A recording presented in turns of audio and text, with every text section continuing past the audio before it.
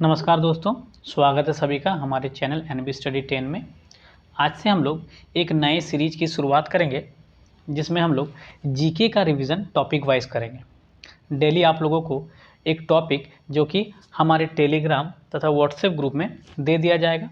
Topic मिलने के बाद फिर हम लोग वीडियो के माध्यम से उस टॉपिक का रिवीजन करेंगे। आप लोग भी वीडियो को पॉज करके उसका आंसर कमेंट बॉक्स में लिखिए, या फिर आप लोग को पूरा टेस्ट कंप्लीट होने के बाद जो भी आपका मार्क आता है उसको कमेंट बॉक्स में ज़रूर लिखें। इस तरह से हम लोग डेली एक एक करके टॉपिक करते जाएंगे। आज का टॉपिक है भारत का भौतिकीय स्वरूप। इस टॉपिक की भी जानकारी हमारे टेलीग्राम और व्हाट्सएप ग्रुप में दे दिया गया है।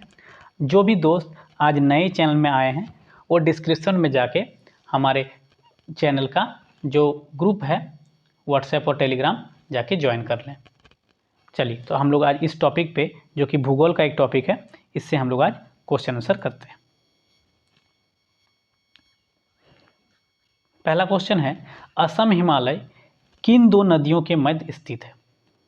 ऑप्शन है आपके पास सिंधु सतलज, सतलज और काली, काली और तीस्ता, तीस्ता और दिहंग। आप लोग वीडियो को पॉज करके इसका आंसर कमेंट बॉक्स में दे सकते हैं या फिर खुद से ही अपना जो है एवल्यूशन कर सकते हैं। चलिए, इसका जो आंसर हो जाएगा कि असम हिमालय किन दो नदियों के बीच है, तो इसका आंसर हो जाएगा तीस्ता और दिहंग। जिस तरह हम लोग देखते हैं कि हिमालय को नदियों का बीच के क्षेत्र के आधार पर बांटा गया है, तो जो है यहाँ सिंधु और सतलज, इसके बीच का जो क्षेत्र है इसको हम लोग पंजाब हिमालय कहते हैं। रुकिए एक सेकंड, इसको साफ से लिख देते हैं। ये हुआ। तो जैसे सिंधु और सतलज के बीच के क्षेत्र को हम लोग कौन सा बोलते हैं? हम लोग पंजाब हिमालय बोलते हैं। उसी तरह हम लोग सतलज और काली नदी के बीच के क्षेत्र को हम लोग क्या बोलते हैं ना, कुमायूं हिमालय बोलते हैं। उसी तरह काली और तीस्ता नदी के बीच में जो क्षेत्र आता है उसे हम लोग नेपाल हिमालय कहते हैं। और जो तीस्ता और दिहंग के बीच में जो क्षेत्र आता है उसे हम लोग असम हिमालय कहते हैं। इसलिए इस क्वेश्चन का आंसर हो जाएगा तीस्ता और दिहंग के बीच का जो क्षेत्र है उसे हम लोग असम हिमालय कहते हैं। चलिए नेक्स्ट क्वेश्चन में हम लोग जाते हैं। नेक्स्ट क्वेश्चन है, हिमालय किस समुद्र का नया रूप है? हम लोग इसका ऑप्शन देखेंगे, तिथिस, प्रशांत, दक्षिणी चीन, हिंद महासागर। क्वेश्चन है कि हिमालय किस समुद्र का नया नाम है? हम लोग जानते हैं कि जो आज जो हम लोग हिमालय देखते हैं वो 11 करोड़ साल पहले जो है क्या था ना, एक समुद्र का रूप था जो कि धीरे धीरे हिमालय का रूप लिया है। तो ये किस समुद्र का नया रूप है? तो इसका आंसर हो जाएगा तिथिस। जो तिथिस सागर है उसी का नवीनतम रूप है हिमालय। नेक्स्ट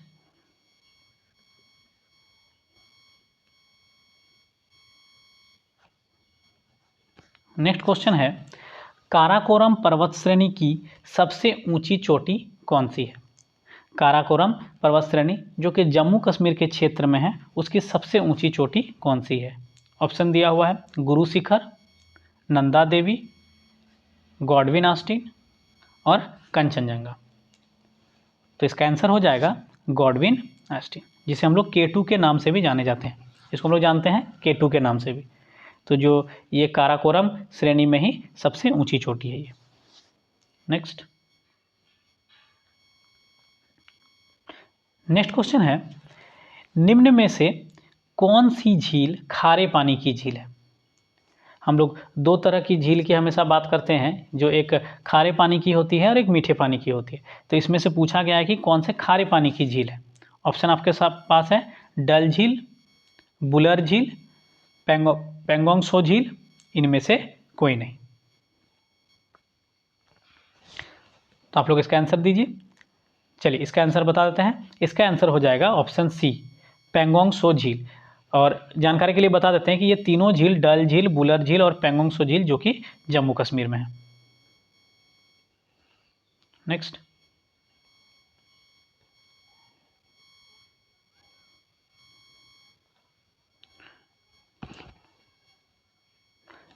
क्वेश्चन है, अरावली के पूर्व से कौन सी नदी निकलती है?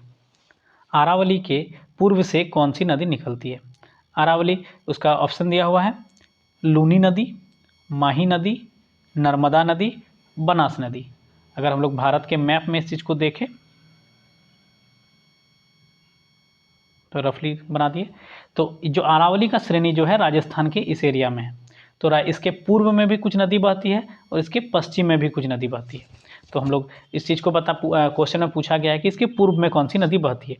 तो हम लोग देखते हैं कि जो लूनी नदी और जो माही नदी है वो इसके पश्चिम से निकलती है, जो कि लूनी नदी कच्छ के रन से जो मतलब गायब हो जाती है कच्छ के रन में, और वही हम लोग इसके जो देखेंगे पूर्व तरफ तो इधर बनास नदी निकलती है। तो इसका आंसर क्या हो जाएगा? इस क्वेश्चन का आंसर हो जाएगा कि अरावली की पूर्व में कौन सी नदी है ना, बनास नदी निकलती है, बनास नदी निकलती है, ये इसका आंसर हो जाएगा। नेक्स्ट,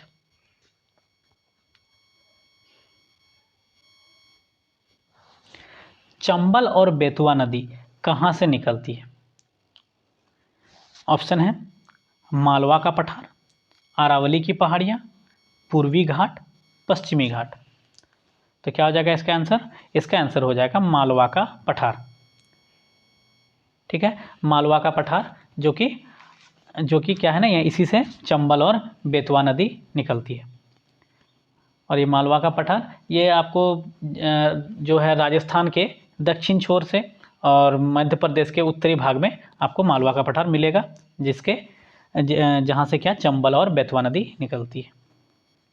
नेक्स्ट क्वेश्चन देखेंगे। नेक्स्ट क्वेश्चन है सतपुड़ा की पहाड़ियाँ किस राज्य में स्थित है? ऑप्शन है झारखंड, केरल, मध्य प्रदेश, आंध्र प्रदेश। सतपुड़ा की पहाड़ियाँ किस राज्य में स्थित है? तो हम लोग इसका आंसर जानते हैं, ये क्या है ना, मध्य प्रदेश। सतपुड़ा की पहाड़ियाँ मध्य प्रदेश में स्थित है। नेक्स्ट,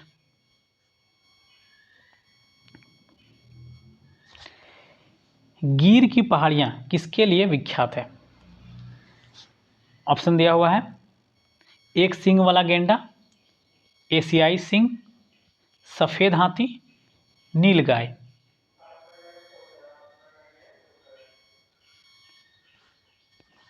इसका आंसर आप लोग सोचिए, इसका जो आंसर हो जाएगा वो हो जाएगा एशियाई सिंह। जो है एशियाई सिंह के लिए गिर जो है गिर की पहाड़ियाँ विख्यात है। और गिर हम लोग एक गिर राष्ट्रीय उद्यान भी जानते हैं जो कि गुजरात में है, जो कि इसी पहाड़ियों में उसी मतलब ये जो गिर की पहाड़ियाँ है उसी में स्थित है, जो कि एशियाई सिंह के लिए विख्यात है।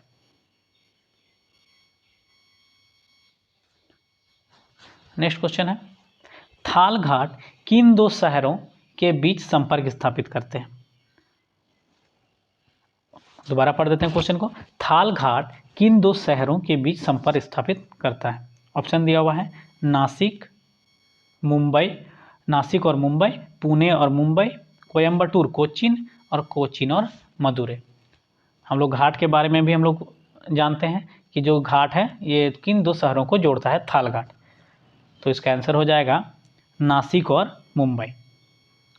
हम लोग मिनिमम 3 घाट के बारे में बहुत ज़्यादा देखते हैं, जिसमें थाल घाट, भोर घाट, पाल घाट, और एक सेन कोटा है उसके बारे में भी हम लोग देखेंगे। तो जो थाल घाट है वो क्या है ना, नासिक और मुंबई को जोड़ता है। उसके बाद एक और होती है भोर घाट। भोर घाट जो है मुंबई और पुणे को जोड़ती है। और पाल घाट जो है वो कोयम्बटूर और कोचीन को जोड़ती है। तो ये 3 घाट के बारे में हम लोग पढ़े। नेक्स्ट क्वेश्चन, अरावली पर्वत श्रेणी की सबसे ऊंची चोटी कौन सी है? ऑप्शन है नंदा देवी, तराई, गुरु शिखर और नंगा पर्वत। तो इसका आंसर हो जाएगा गुरु शिखर। गुरु शिखर जो कि अरावली पर्वत श्रेणी में सबसे ऊंची चोटी है, ये माउंट आबू में स्थित है, जो कि किस राज्य में पड़ती है? राजस्थान राज्य में। नेक्स्ट क्वेश्चन देखेंगे।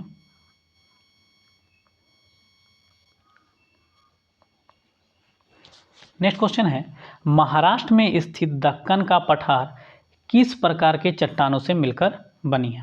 ऑप्शन दिया हुआ है बेसाल्ट चट्टान, अवसादी चट्टान, बलुआ पत्थर, रूपांतरित चट्टान।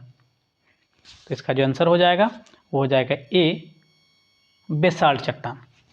महाराष्ट्र में स्थित जो दक्कन का पठार है वो क्या है ना, बेसाल्ट चट्टान से मिलकर बनी है। नेक्स्ट,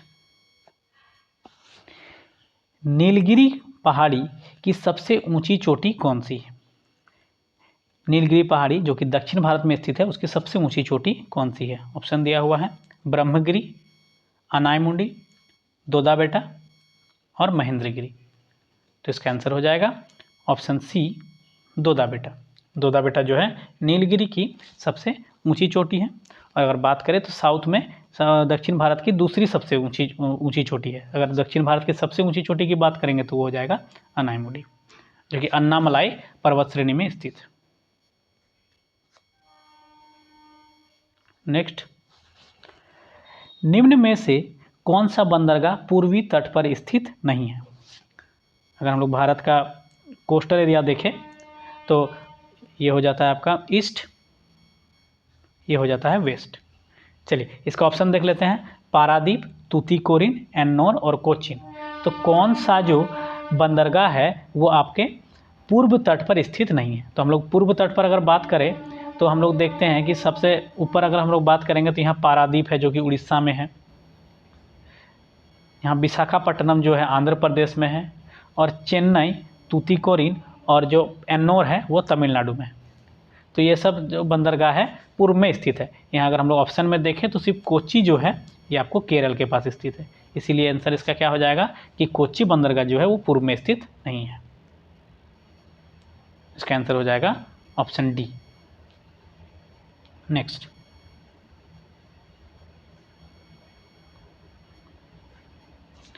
सेवराई की पहाड़ियाँ किस राज्य में स्थित है? सेवराई की पहाड़ियाँ किस राज्य में स्थित है? ऑप्शन है ए, कर्नाटक, राजस्थान, तमिलनाडु, उड़ीसा।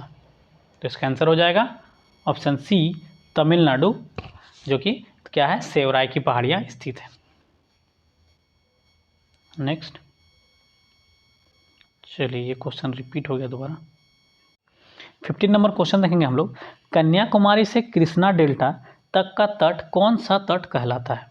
ऑप्शन दिया हुआ है गोलकुंडा तट, कोरोमंडल तट, मालाबार तट और उत्तरी सरकार तट। तो हम लोग देखेंगे जैसे कि इसका एक रफली हम लोग एक फिगर बनाते हैं उसके तट का। तो जो कन्याकुमारी है इससे यहाँ से जो कि कृष्णा नदी डेल्टा का क्षेत्र है, इस क्षेत्र को किस तट के नाम से जाना जाता है? चलिए तो इसका आंसर क्या हो जाएगा ना, इसको कोरोमंडल तट कहा जाता है। कौन सा हो जाएगा? ऑप्शन बी, कोरोमंडल तट। नेक्स्ट,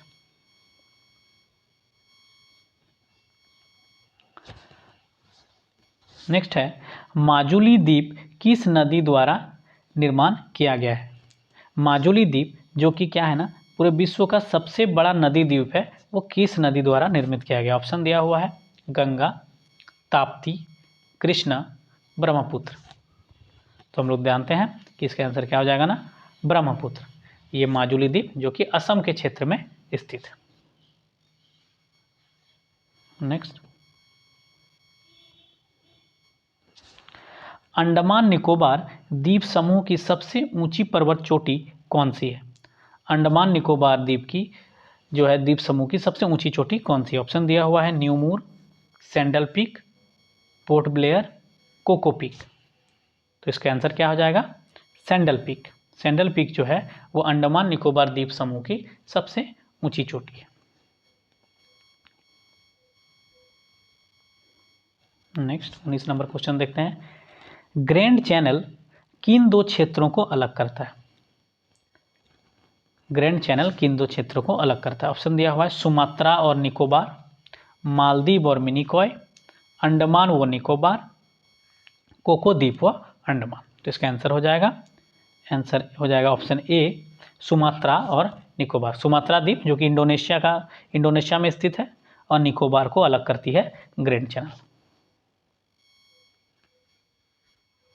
नेक्स्ट, कौन सी परियोजना मन्नार की खाड़ी को पाक खाड़ी से जोड़ती है?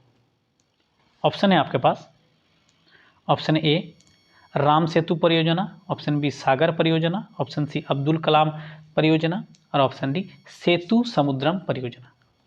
तो इसका आंसर हो जाएगा ऑप्शन डी सेतु समुद्रम परियोजना। ये परियोजना क्या करती है ना, मन्नार की खाड़ी को पाक खाड़ी से जोड़ती है। तो दोस्तों आज हम लोग 20 क्वेश्चन का रिवीजन किए भारत के भौतिक स्वरूप टॉपिक से। इसी तरह हम लोग डेली जो है नया नया टॉपिक देते रहेंगे और इस तरह से वीडियो में हम लोग इसको क्या कर लेंगे, रिवीजन कर लेंगे।